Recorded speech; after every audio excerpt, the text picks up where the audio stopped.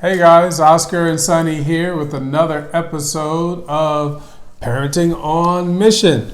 Hey, in today's episode, we are going to talk about not letting our children become a wedge between us as parents. You guys know what I'm talking about. Sometimes we allow our children to become our number one priority. I mean, that makes sense. I mean, they are very important, but they're not the most important, and they are not to overshadow every other aspect of our lives, guys. So that's really not a healthy way to parent if we do allow that. So what do you think about that? Absolutely. I think that we've come to realize now that our two youngest are now in college that I think we noticed it maybe on a walk one day. Okay. We noticed that we don't have as many spirited disagreements now that they are off at school. Right. Because most of our disagreements, we came to the realization,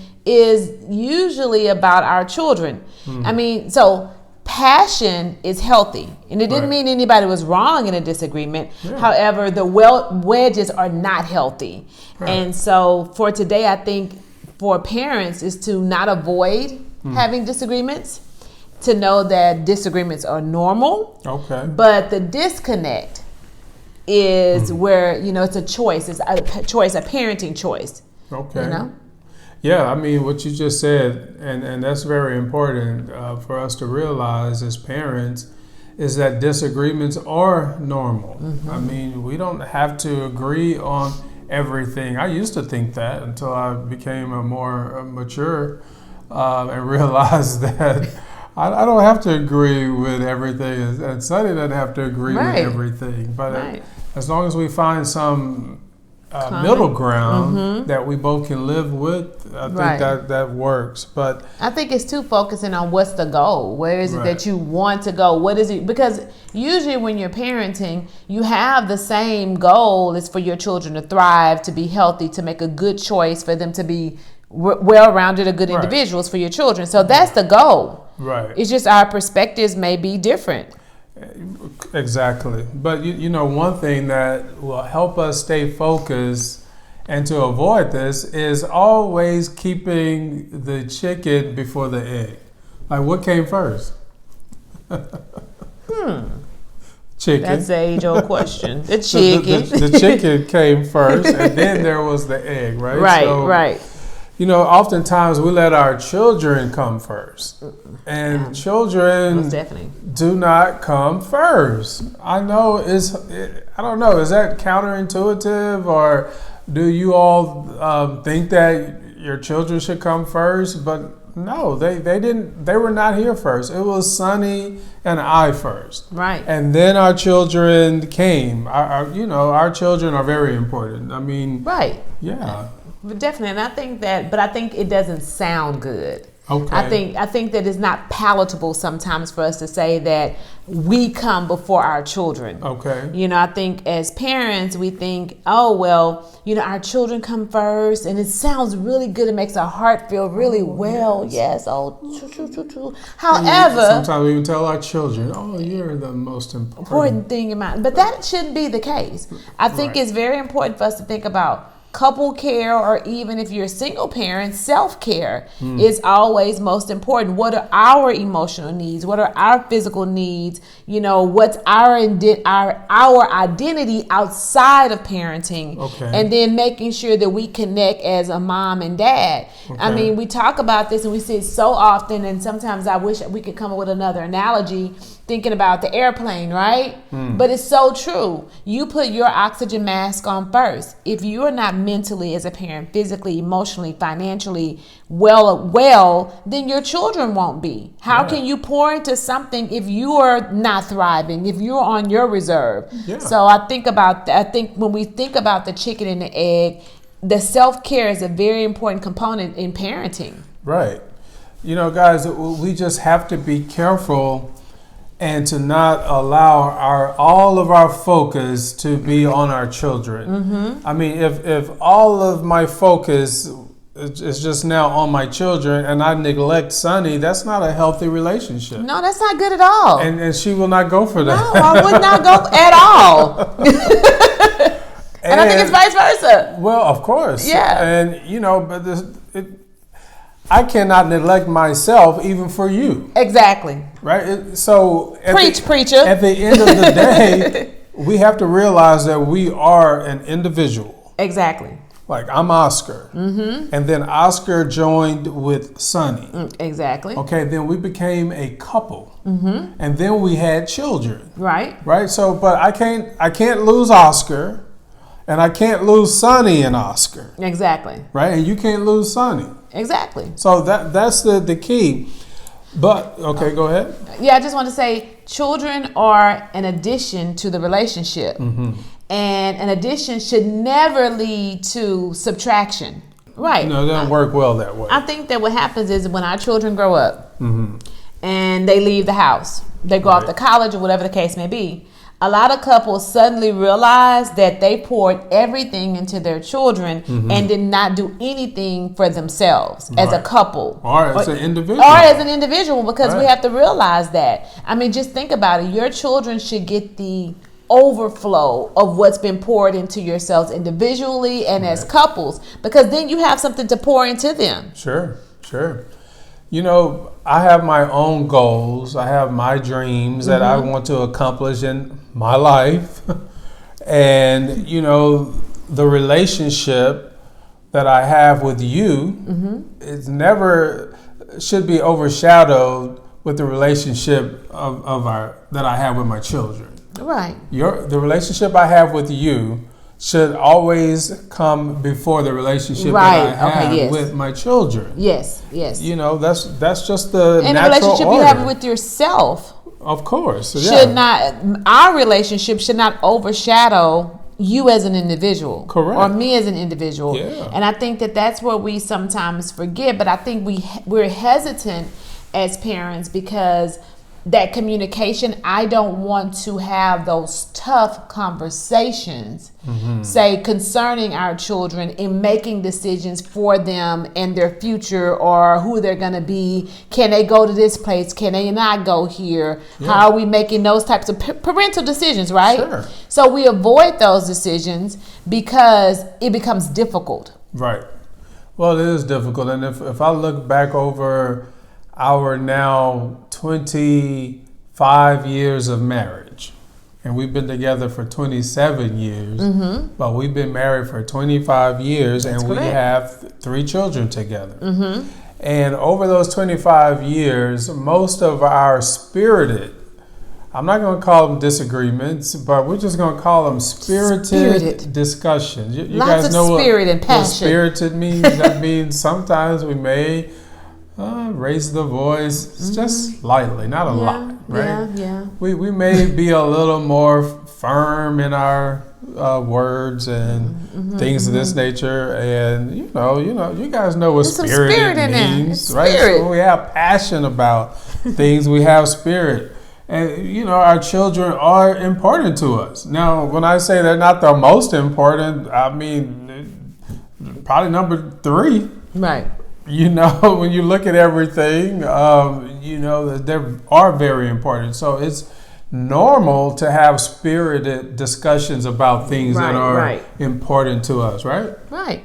And I think that when we're talking about our children, we're making decisions based on our values that have been established, what our goals are that we want to help our children accomplish, and then what type of children do we want to raise? Right. And so when you make a decision, you're thinking about the decision is with the end in mind. Okay. And so that's important. You want to raise well-rounded children who are growing and thriving academically, spiritually, financially, emotionally, all of the things. And so that's a huge responsibility that's on our shoulders. Right. And so when you have to make those decisions, I expect for it to be some passion. Right. I expect for it to be spirited. Right. But sometimes we have a tendency, because we want to avoid the confrontation, not having the conversation. Oh, I have to say that again. Hey, you felt it in your spirit. And my sha-na-na. But hey, let me add this. What? See, as we're having spirited discussions, watch this. We need to make sure we're led by the Spirit. Come on, Shanana. Hey, get it, boo. No, it's very important, it's true, right? Though, right? Because, like you said, these are critical decisions that we're making. And some of these decisions that we're making will have lifelong impacts on us, for sure, and our children. So sure. I totally get it that these are the most spirited discussions that we've had in our marriage has been around our children. Right. I mean, if it were not for that, I mean, it would probably just be a rose garden. Right, but I think that. No, you don't agree. It would be. It would. Rose garden. So, and like going back to the Eden. The garden. The Garden of Eden. That's it. Would definitely be that. But I think that it's important that one highlighted area is making sure we create a safe environment to be able to have those types of conversations. You know what I'm saying? Putting things in play. As a couple, or even if you're a single parent, whoever you are parenting with, that may be your village, that may be, a trusted advisor, that may be your therapist, that you're having to consult in making those types of pertinent decisions. And so creating a safe environment where we can communicate. And we're thinking about, we have common goals for our children or common goals in our household. That helps us to make these types of decisions and not avoid it, because when you avoid it, your children when you choose to hide. Don't hide it. Don't hide things. Because sometimes we hide things because we want to do things behind the other person's back because we want to avoid the conversation. Right. When we don't avoid it and we create a safe environment to have those conversations, this is what you think, Oscar, Sonny, this is what I think, Oscar, and this is what I think is best. Okay, now, doesn't mean I'm right or wrong and you're right or wrong. Sure. It just says, okay, now what are we going to do? Yeah. So create that environment. I encourage you to create that environment and understand it's not making sure anybody's wrong. It's not downplaying anyone. It's not bringing up old stuff. This is what you think. This is what I think. What are we trying to accomplish? Okay, now what are we going to do? Well, and that's where the wedge comes in. The wedge comes in is when, we can't agree.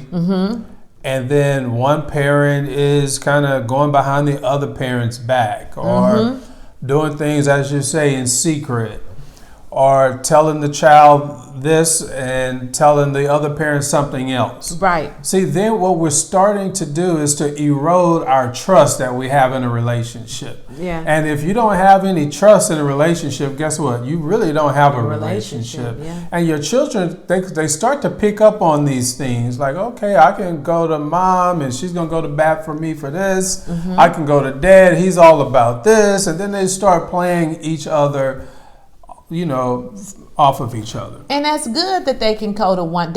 Our children are gonna go to you, but more. not in the not in manipulation. Right. Yes, I'm saying it's good that when it's healthy is that they're gonna go to their dad about certain things. They're gonna come to me about certain things, and that's okay. But one thing that we do is we go and we say, hey, let's talk about this. This was brought up. Or I bring it up in front of Oscar. He'll bring it up in front of me, whatever the conversation was, so that they always know that they cannot play us against each other.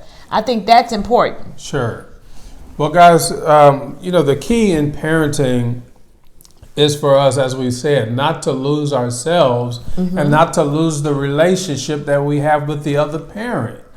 That is the main thing that you have to keep in the forefront is the relationship with the other parent. Okay, now maybe the relationship in general may not be a good relationship, possibly, but when it comes to your children that you have together, we have to do all we can to try to make that relationship. When it comes to the children, let's just put the boundary around the children side of things. We have to keep that healthy and keep the communication open. We can't let our disagreements become the wedge. Right. That's where we have the problem. It's okay to not agree on everything. Right. It doesn't have to become a source of a wedge for the relationship. Yeah. Think about it work though. at work, on our jobs, if we have to make difficult decisions. Right? I know in my job, we make very difficult decisions. So what do you do first? Well, we're going to probably sit down and have a discussion about what the problem is. Okay. What's the challenge before us, right? And then you bring up your... Probably some options to resolve the problem. Okay, and then number three, what are we going to do? You know, normally in a business environment, we're going to sit down and try to look at the pros and cons of each of these options and try to make the best selection. When you're having these conversations, is it going to be this wonderful Garden of Eden experience when you have different opposing views? Typically, they're spirited discussions. Exactly. If they're important. Right. You know, they're spirited. And then you put some action to whatever it is the decision has made. I think that's as a family, when we're making decisions and we're having to have conversations, and as parents, or as a parent, first you're going to bring it to the table. We're going to discuss it. But I will say, maybe not in front of the children. No. These are discussions between parents. Right. The leaders, the president and the vice president, or the co-chairs of the company. You're having these conversations first, and then you bring it back to the people. Right. And I think that when we think about it, if we take it from in that situation and bring it up, then that's where it's important for us as parents to step outside sometimes and not think about, my baby, my pumpkin, but really think about, okay, what is it we're trying to accomplish? Right. What are your ideas? Here are my ideas. Okay, here's the choice we're going to make, and now let's put some action to it. Yeah, guys, just once your children leave, and they will leave, and guess what? They're supposed to leave. I mean, what is this parents trying to keep their children with them forever? I mean, how can they start their life? No. How can they continue your legacy? Right. If they don't start building on their own. They're going to be launched. Right. We got to launch our children in a good way. And when they leave, guess what? Now it's me and Sonny. Right. But we've given them the tools too now to also be able to make decisions, difficult decisions, without it damaging relationships. Okay. Because they've seen us do it. Well, the thing is, when they leave, some parents realize that they've lost the relationship when their children leave. Yeah, because they didn't build anything. And then you have to go all the way back and try to rebuild the relationship with the other parent. And I'm talking primarily, I would say, a married couple in this instance, living in the same household and everything. Now you have to kind of, Sonny and I are now disconnected, and we got to rebuild the relationship because we took all of our focus from each other and just put it on the children. For the last, 18 years? 18 years. So now, and we're not the same people that we were 20-something years ago. And you think about it like this, as a single person, if I've taken my entire time and focused solely on my children and not on myself, guess what ends up happening? I don't know who I am. I don't know what my passions are now. I don't know what I like or dislike, because for the last 18 years, I've only poured into my children. Right. And that's not healthy. No. Because now I'm dissatisfied and discontent with who I am. So to sum it up, guys, we cannot lose ourselves, for one. Secondly, we cannot lose the relationship with the other parent. And of course, we have to keep the relationship with our children, but keep it in order, I would say, in the order that it should be in. So guys, I think Sonny has a little parenting point for us this week. Yes, my parenting point this week is asking ourselves one question. What do we need to do to strengthen the foundation of us or of you, right? And some of the things I know that we've done or that we do even now, we walk together. Sure. And when we walk, usually a 30-minute to an hour walk or a little bit more, it's usually the time that we talk, right? So if for couples, taking the time to walk and spend quality, intentional time together and just chill and let things be organic. Right. If you're not a couple, thinking about ways that you can spend time with you. How do you fulfill your time with yourself and thinking about what your goals are as a couple or as an individual. Right. Ensuring that you are feeding and spending time with yourself so that you know what your likes and dislikes are. You're really spending that time so that when your children do grow, that you've spent the intentional time with you and with each other so that you can thrive as your children thrive. That's right. Thanks, honey. So you're welcome, Oscar. Hey, thank you guys for watching this episode. We definitely hope we've been able to share some information that you find beneficial. We ask that you like, subscribe. Hey, you want to be notified every time we drop a new video. Hey, share the video. There's people in your network that need to hear this information, and they're depending on you to get it to them. Yeah. And hey, I'm interested in knowing your comments. Leave your comments. Sonny and I will respond. We really get a kick out of your comments. We talk about them. It also helps us formulate the next video. Yeah. And, we want to keep this information coming to you guys. So, hey, remember, parenting is a lot easier when it's done on mission. Talk to you next time. Bye. Bye-bye now.